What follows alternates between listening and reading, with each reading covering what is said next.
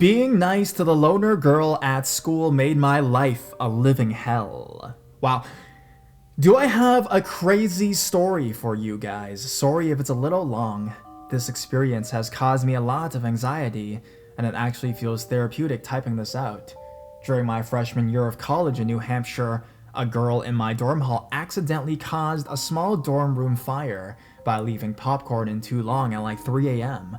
We had to evacuate, and the fire trucks came and the RAs made a pretty big stink about it. The girl who lit the fire was a subject of many yik-yak jokes, and I feel bad for her because she was really wasn't attractive and she looked pathetically lonely.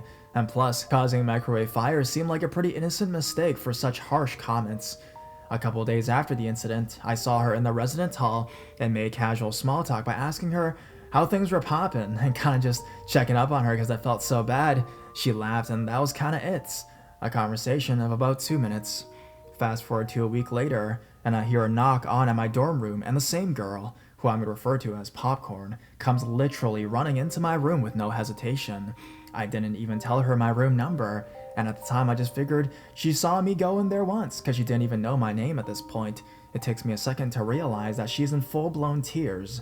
There is now a stranger on my bed in tears, and I'm just like, okay. So I counsel her like the bleeding heart I am and ask what's wrong. She tells me that the black dining hall cook sexually assaulted her, and the college wouldn't fire him, and she was suffering emotionally because of it. Being a victim of assault myself, I really sympathized with her situation, and even gave her my phone number in case she needed help walking to the dining hall with a safety net and whatnot. I don't take sexual assault lightly. The night after our conversations in my room, I got a call from her to walk her down to the dining hall because the black cook that assaulted her was working that day. I walked her down to get food and she just lit up like a glow stick and a whole new person emerged.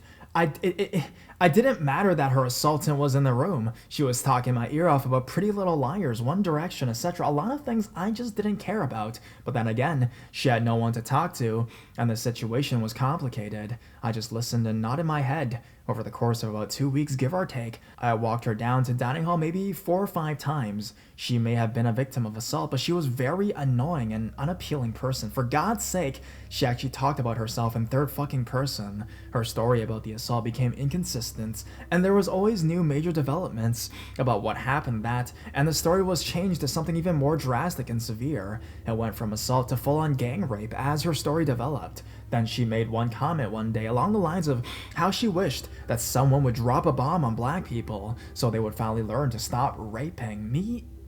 It made me immediately uncomfortable and unsettled. I didn't want to walk her down or interact with her anymore. The week of Thanksgiving reprieve, I went back home to visit my family while Popcorn stayed on campus. During that week, I had 60 missed calls from Popcorn. One day I even had 20 plus calls in the span of a couple hours. No normal person does that. Red flags definitely were raising if they hadn't been already. When I got back to the campus, there was a knock on my door and sure enough, it was Popcorn crying again. She told me that because I wasn't on campus to protect her, she was raped by a Muslim guy while walking to Panera Bread and the Filipino RA groped and slapped her boobs. If red flags were being raised, then this was full-on sirens. I'm no rape apologist by any means, but the ratio rate was exponentially high. Especially since these 3 assaults happened within a month's time frame, all by people of color, seemingly at just random incidences. She was making these stories up to elicit some sick form of sympathy, and as an actual victim of assault, I was beyond offended. I told her I had to leave for class and ran the fuck off to my friend to ask for advice. It really got crazy really fast. I warned the RA officers about her, and they told me they would talk to her. During class, I was up to 100 plus missed calls and a series of individual messages that just said hi. I was done with this shit. I wanted nothing to do with her. I blocked her number and went back to my room. That week after classes, I just went straight to my dorm. I did not want to see her. One day, I had to go to the bathroom, so I walked to the stall to do my business. I'm just casually in there peeing with my pants around my ankles when Popcorn literally fucking crawls on the bathroom floor and dips her head underneath the stall door and says, "Ha! I knew you would come in eventually." I am freaked the fuck out and in near tears. I tell her I'm wicked busy, I don't have time for her, and that I was upset for her invading my space like that. It took a lot of courage to do because I struggle deeply with confrontations. She tells me all about how she is thinking of dying because her mom died when she was young. Some manipulative shit that I'm just not in the mood for. I leave her in the bathroom and go to my room and lock the door. I watched some YouTube and took a nap when I was really awakened by not knocking, but pounding on my door. I did not answer. The pounding just continued and got louder. "Open this door, I'm gonna kill you! Open this door, I'll kill you! Open this door, I'll kill you!" And just waited and waited outside my dorm, singing songs into the door cracks for an hour. I was so scared, I just cried and called my dad to pick me up from school. I didn't have many friends that lived on campus since it was a small college, and a lot of people commuted, and this whole situation just made me feel so isolated. My mental health was deteriorating rapidly. The RAs had been informed of the threats made at my doors by other students observing what happened, and she was given a warning, but that was all. One night, I had my boyfriend, who lived 3 hours away at the time, come to spend the night at the college. We had been watching a movie, and now we're napping on my bed when we hear the door open. Like an idiot at the time, I completely spaced out and forgot to lock the door. Popcorn comes running in and jumped on top of us and says in a baby voice, "Popcorn wants cuddles." I was beyond creeped out and basically screamed, "What the fuck?" My boyfriend, being the no-nonsense, confrontational person he is, told her to get the fuck out of my room. She told him that she would, and I quote, "just go and die like her mother did when she was 3 and inject cancer into herself." My boyfriend smiled and said, "Good," and then we pushed her out of the room and slammed the door, giving 0 fucks. Swear he almost slammed her fingers shut. I love him. We reported her to the campus police in the morning, and still nothing major came of it. That was until there was another popcorn fire in her dorm not too far after she got kicked out. I wish that's where the story ends with her, but unfortunately, no. After she left the dorms, my resident life became a lot easier. I made a lot of new friends, normal ones, and I was feeling a lot less anxious. One day, a girl in one of my classes invited me to go to a mall with her to go get our nails done. Now, this nail salon had clear glass, so you could see the rest of the outside mall when your nails are getting done. I'm all relaxed when all of a sudden, I see Popcorn's fucking face pressed up against the glass of the nail salon, and she is with a morbidly obese neckbeard. I'm getting my nails done, and she's literally staring at me through the window for a good 10 minutes with this man. To say that I was unnerved was an understatement. I told my friend what was going on, and we booked it out of there, and they tried to follow. Really hard to follow, actually. In retrospect, that is when I should have called the real police. After the mall, I had a bunch of random friend requests from profiles with a small Yorkie dog as the profile pic and several message requests. I opened them and they were from Popcorn, asking me to be her bridesmaid at a Pizza Hut wedding that her and her fiance were having in 2 years. You can't even make this shit up. There was another message about how she was so upset that I did not acknowledge her at the mall, that she'd been waiting so long to introduce me to her doting fiance, and she was so upset with me that she wanted to wring my neck. Of course, I blocked all those profiles and things were pretty silent. I've been living with my boyfriend and going to school in Rhode Island for 2 years currently. I'm loving school, and I have an excellent group of friends. About 5 months ago, I got home from work. I had 3 missed calls from a random New Hampshire number. I'm thinking it was one of my family members. I called back and nope, it was Popcorn on the other end. I immediately hung up. There was also a voicemail left that just a person breathing into the phone and telling me that was expected at the wedding. I cried and called the police urgently about the number. I don't know what happened or if anything did ever come of it, but I haven't been bothered since then. I am a very kind person, and people often take advantage of my openness. It really is a fatal flaw that I'm working really hard on. It's unfortunate that there are so many unhinged and lonely people that we really shouldn't make it out a burden to help them. Sometimes being nice can actually cause a lot of mental strain. To Popcorn, let's not meet again.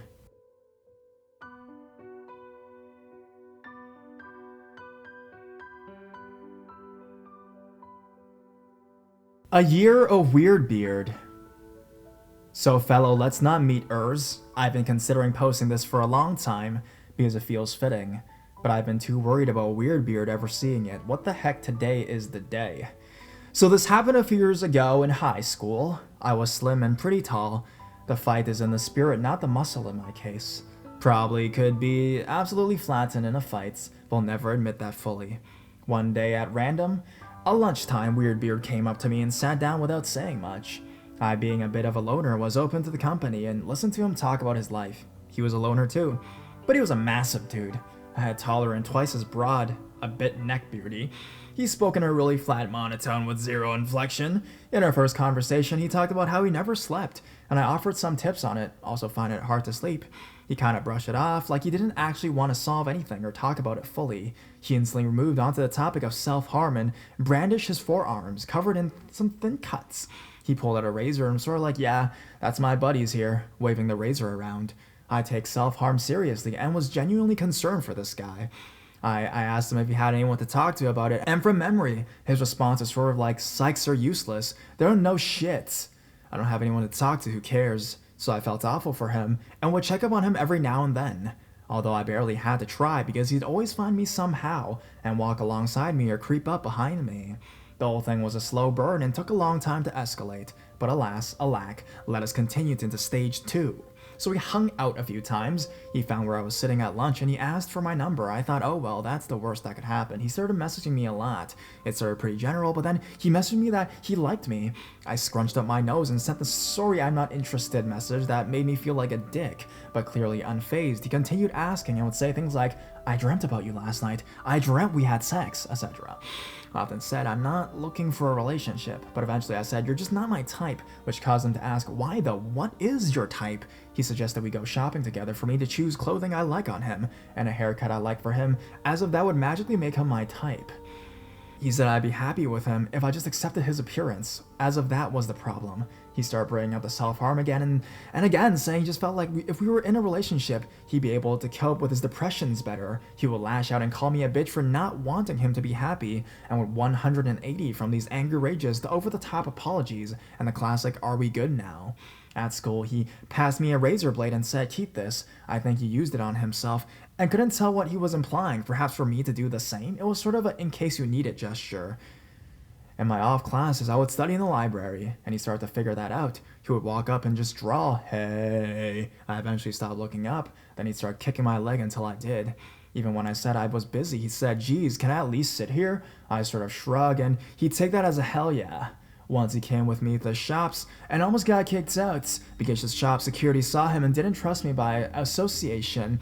Weirdbeard laughed later on and said all the police knew him by name, as if this was something to be proud of. He tried to walk me home a few times, and I would tell him no, I'm fine. He didn't take no for an answer and walked me all the way to my house even though I repeatedly asked, don't you have anywhere else to go, as this way of softly rejecting him. I went on holidays at some point and used it as a chance to tell him, I'm going out of reception and can't talk, because whenever I told him I was busy, he'd just say, stop ignoring me, bitch, what the fuck is your problem, sort of thing. I thought, my god, surely he'll accept this reason. I run into a patch of reception after one day away, 22 missed calls. No more needs to be said there, just wow, alrighty. Now here's when things ramp up in the creepy factor. Let's call this stage 3. He follows me out of class one day and asks where I'm going. I'm saying I'm heading out for a walk around town. He walks after me and I say, oh, aren't you busy now? He says, nah, and keeps walking.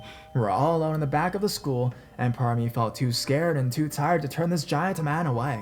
He'd talk about erratic fits of anger, and out of nowhere, he'd punch a fence, causing his knuckles to bleed. I was like, whoa, man, maybe you should do something about that. He laughed and said, I do this all the time, don't worry. Sometimes I have to punch things. I laugh it off and keep walking. Walk past a family walking their dog, and Weirdbeard stiffens next to me, just stops walking. Then he says just after the family passes, I killed a dog once. It was running along without its owner. Stupid owner let it off the leash. It jumped on me and I stamped its spine in half. Internally, I was shocked and didn't know what to say. Feeling increasingly uncomfortable, externally I did the whole haha yeah right thing, not wanting to show this dude I was scared or concerned in any way, shape, or form. He didn't laugh and just looked me dead in the eyes. I fucking hate dogs. Then he tells me about how he likes to kill animals when he's angry to help him relieve the anger, and that it's the safest way to contain himself. I assume this means instead of hurting people. He said he'd use a stick sometimes to make things up. I was completely alone with Weirdbeard at this point, and I turned around deciding the walk was over. After that, I tried avoiding him as much as possible. I get angry messages saying, I know what you're doing, you bitch. No more excuses, stop ignoring me. And the whole, at least have sex with me, just give it a chance. I would never hurt you. On my birthday, he had me something quite big. I say I can't accept it, and he says, I'll teach you how to use it after class. When I still refuse, he dumps it at my feet and walks off, and now we have the finale. I message him that I want to end our friendship, and I was tired of him asking me out. We arranged a place to meet at school, and we met there once, alone. I felt like it wasn't a great idea, but people were starting to spread the rumor that him and I were together, and I just hated being seen with him on my shoulder at school. I meet him, and he looks ready to pounce or something. The tension was tangible. I tell him that I'm unsure about remaining friends when he gets upset. I'm a good guy! How can you not see that? I treat you so well! I dream about you all the time! At least let me fuck you! At least give me that! He starts shaking. I deserve this! You're the only person I ever want to fuck! If I can't have you, I don't want to be here. He starts talking about killing himself and saying, so that's it. Just want to stand there and watch me die. He's shaking a lot, and I'm not sure where this is going. I tell him I'm dating someone else anyways, and he actually starts crying angrily. He talks about how he's been abused, and how I'm emotionally abusing him, and how he loves me, but I can be such a dick. This goes on for hours, and then he gets quiet, and just gives me this death stare. I back away and say, I have to go, please don't do anything stupid to yourself, and I leave. He sends me a text message later saying, I wasn't going to do anything to myself. You're lucky, actually. I was seconds away from hurting you. I could have snapped your bones, sort of thing. Then he calls me, breathing into the phone, finally saying that he slit his own throat, and starts shouting at me. How am I going to explain this to my parents, huh? Look what you made me do, I'm covered in blood. He sends me multiple messages, threatening to ruin my life, and make me go through the hell, as well as threatening to kill himself, that I actually have to live with practicing murdering him? This is when I decided to talk with my parents. We contacted the school, and we considered contacting the police or some sort of emergency service that night, because he kept messaging me about the horrible things he was apparently doing to himself. I told my parents I thought he might be bluffing, because he's done this sort of thing before. He just hadn't ever threatened my safety before, as he was starting to do now. Sure enough, his neck was fine, his arms were fine, he was perfectly fine the following days. He hadn't done anything to himself, and I was glad he was okay but angry to fully realize what a manipulative asshole he was. The closing chapter of his whole ordeal was him sending more messages threatening to ruin my life. He walked up behind me and spat on me while whispering, bitch, into my ear. I blocked him on my phone. He messaged me ages later on Facebook to apologize for everything and say he changed so much. I said I was happy for him, but then he still kind of wanted to meet up, or for me to give him another chance to see how good and successful he was now. His massive paragraph was half a humble brag and half a plead. I said yeah, nope, and blocked him on every single platform. Final notes. I give this guy the benefit of the doubt a lot of the times, even in retrospect. I could never fully tell when he was bluffing about things, or not, such as the violence against animals. He went into a lot of details at the time. I saw it as more of a violent fantasy of his, 50-50 chance. I felt a lot of guilt around rejecting him. He'd had a really messed up life, and told me every single detail of it. So even though I never thought his actions were justified, it still made sense in some way that he'd have strange coping mechanisms and issues. My parents were really good about everything. Once they found out what was going on, they made sure I wasn't walking home alone at all, and we talked to the school about giving this dude extra psychological support with the school counselors. Thanks if you got to the end of this, and I'm happy to say I've never met this guy again. I hope Weirdbeard is sorting out his issues, and I hope he hasn't tried to manipulate other girls, and I'm so sorry for my tense keeps changing from present to past. I don't know, my fucking brain does that.